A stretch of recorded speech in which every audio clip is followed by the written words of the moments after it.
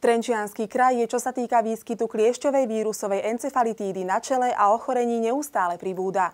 Práve tento fakt bol jedným z dôvodov, prečo Regionálny úrad verejného zdravotníctva so sídlom v Trenčíne v spolupráci s doktorkou Máriou Števkovičovou zorganizovali odborný seminár práve na tému kliešťová encefalitída.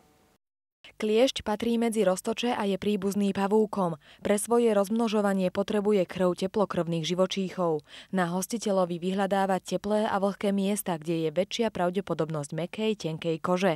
Pokiaľ je kliešť zdravý, samotné prisatie nie je nebezpečné. Bohužiaľ, kliešť je hostiteľom pôvodcov viacerých veľmi nebezpečných chorôb. Žijeme v dobe klimatických zmien globálnych, kedy dochádza k výraznému oteplovaniu v priebehu posledných 10-20 rokov, je to aj na Slovensku.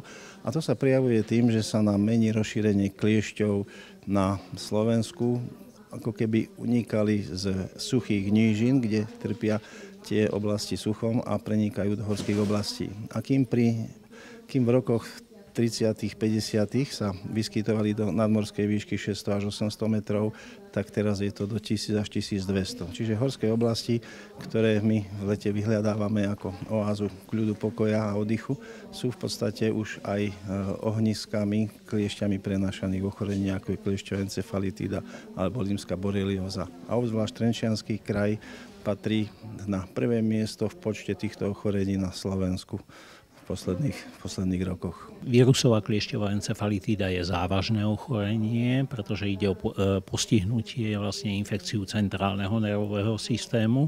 To znamená, nedá sa to porovnať povedzme so zápalom stredného ucha a zápalom plúc a podobne.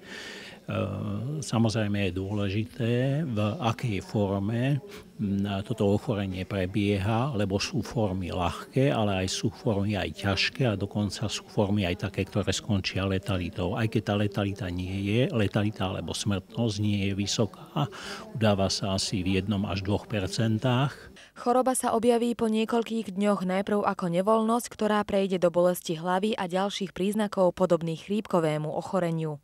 Po prekonaní encefalitídy veľmi vysoké percento pacientov má tzv. Postencefalitický syndróm, takže môže, by som povedal, invalidizovať týchto pacientov. To znamená, že tieto neurologické následky sú také v zmysle obrny, poruchy koncentrácie, poruchy reči a poruchy spánku, depresie a iné, také, ktoré môžu pretrvávať veľmi dlhé mesiace.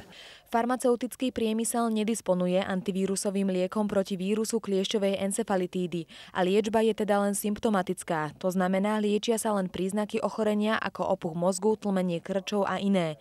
Z tohto dôvodu je jedinou správnou ochranou proti tomuto ochoreniu očkovanie.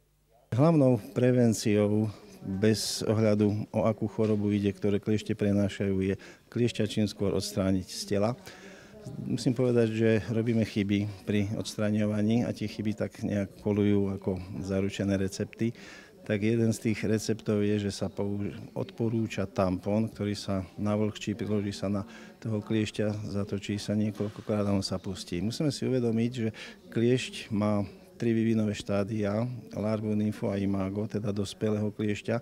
A na nás v podstate sú schopné piť tie nedospelé malé čierne nymfy a dospelé samičky, ktoré sa líšia veľkosťou toho fixačného orgánu, ktorým sú oni prichytené v koži. Pokiaľ použijeme tampón na tú malú čiernu nymfu, tak to bezpečne odstránime. Ale keď to použijeme na dospelú veľkú samičku, ktorú evidentne rozlíšime podľa toho červeného brúška, tak my ju z tej kože vylomíme a ten zvyšok toho fixačného orgánu, ktorý má tvar skoby, zostáva v koži, tam sa to opúzdri a vytvorí taký toaletný defekt. Takže je lepšie vždy použiť radšej aj pre tie nymfy, aj pre tie dospelé veľké kliešte, zobrať pinzetu, najprv uchopiť kliešťa čo najbližšie pri koži, zatočiť ho najprv na jednu alebo na druhú stranu, to je úplne jedno, čiže proti alebo v smere hodinových ručičiek je to jedno.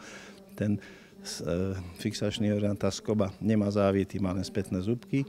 No urobiť 1-2 otáčky, aby sa uvoľnil z toho uchytenia a prilepenia ktoré tam je a potiahnuť proti koži a kliešť je bezpečne vonku. Miesto treba vydezinfikovať, čo je veľmi nutná podmienka, pretože pri pití púšťa kliešť do rany sliny, ktorými si pripravuje svoje miesto, aby tam krv prúdila, nezrážala sa podobne. No a teda infikuje vlastne toho hostiteľa slinami. Takže dezinfekciou sa ešte zamedzí nejaká tá lokálna infekcia, ak tam je. Potierať krémom alebo olejom je veľmi zlá metóda, pretože upchajú sa mu dýchacie otvory kliešťovi a on sa sám snaží z toho miesta, kde je pripitý, uvoľniť, takže začne slintať doslova, aby sa odlepil. No a tým vlastne ešte sa zvyšuje to riziko prenosu tých vírusov alebo baktérií, ktoré tento kliešť v slinách môže mať.